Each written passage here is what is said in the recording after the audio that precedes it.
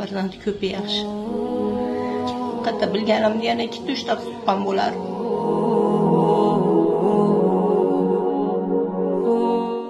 O'g'ilga Xudo bitta berdi. U ham tinmay ishlayapti. Har kuni yig'lab video tashlaydi. Bolalarimni qiynab qo'ydim. Bir yashar bolani tashlab keldi, bir yarim yashar bolani. Go'daklarini hali tushga to'ymagan go'dagini tashlab keldi, o'rtanchi.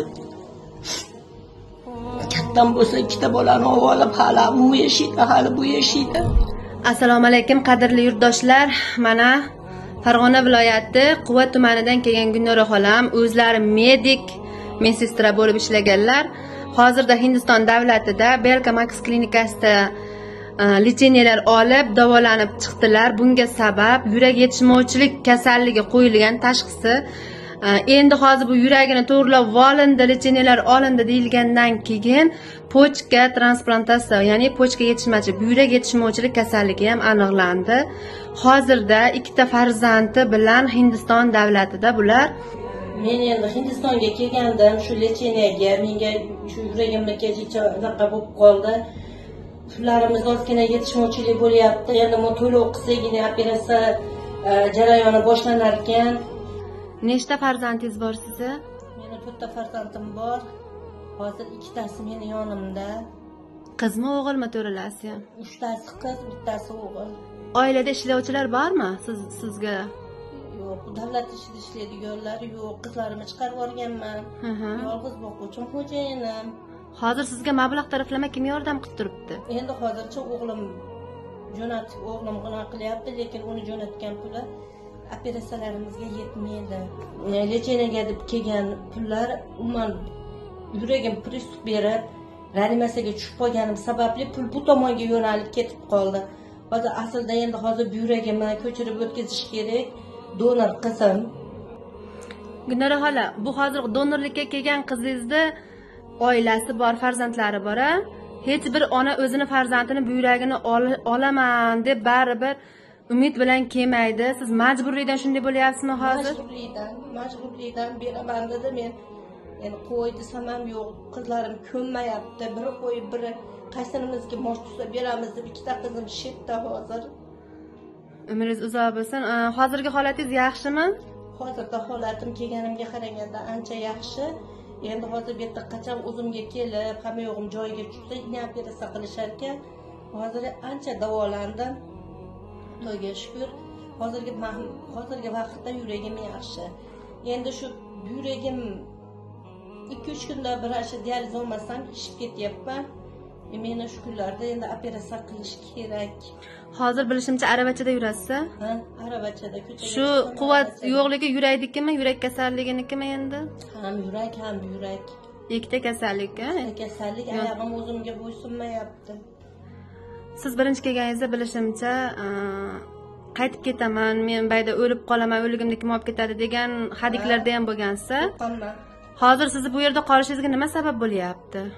Endi qolishimga shu bolalarim nima bo'lsa ham yuragingiz yangilasa yaxshi bo'lasiz degan maqsadda. Demak, farzandlaringiz, farzandlarim ushlab o'tiribdi sizni. Farzandlarim men yuragim beraman, siz yaxshi bo'lib ketasiz deb anaqa qilishyapti. Hozir operatsiyaga qancha pul yetmayapti? Operatsiyaga $10,000 to'lashimiz kerak ekan. Endi shu nimada menga ozgina yordam qilishlaringni iltimos qilaman.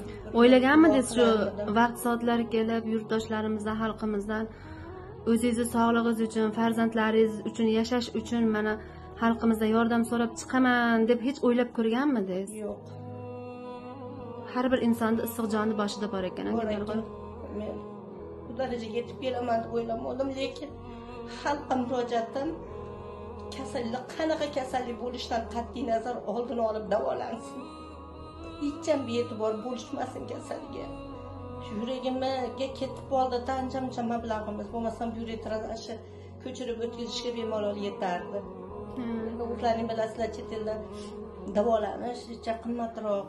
Hozir yig'lay desa bu opa kelgandan beri tinimsiz yig'lab ko'z yoshim tugab bo'ldi. Chunki men aniq bilaman kelgan paytlarda men o'lib qolaman, qaytib ketaman deb rosa jinnilik qilardilar. Xudo xolasa inshaalloh sizlar duolaringiz, sizlarning yordamlaringiz bilan shu opamiz yana xalqimizga xizmat qilishlikka, yana o'z safdoshlarini oldiga qaytishlikka, farzandlarini oldiga sog' salomat qaytib borishlikka o'z hissalaringizni qo'shasizlar degan umiddamiz. Qo'llaringni ehson qilish kelmasa, duolaringizni Gulnora xolamni bir eslab, operatsiyalardan yaxshi chiqib olishliklarini, sog'ayib yurtimizga qaytishliklarini so'rab duo qilib qo'yasizlar. Nechaga kirdingiz? 52 ga to'lib 53 ga avgust 53 ga kiraman. Xola Gulnora opa, mana misol uchun 53 yoshingizgacha yurtimizda xalqimizga, vatandoshlarimizga xizmat qilgan ekansiz.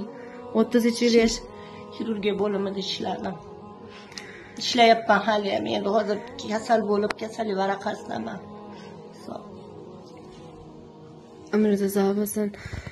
Men shu videoni olayotganimda, to'g'risini aytsam, o'zimni tiyib zo'rg'a turibman, chunki meni ham onam yo'q. Shu onani yig'laganini ko'rsamchi, ichim ezilib ketadi. Hammaga ham havas emasda, hozir mana shu narsani yig'latib video qilish, lekin shunday kunlar kelar ekanki, majbur bo'lar ekanmiz.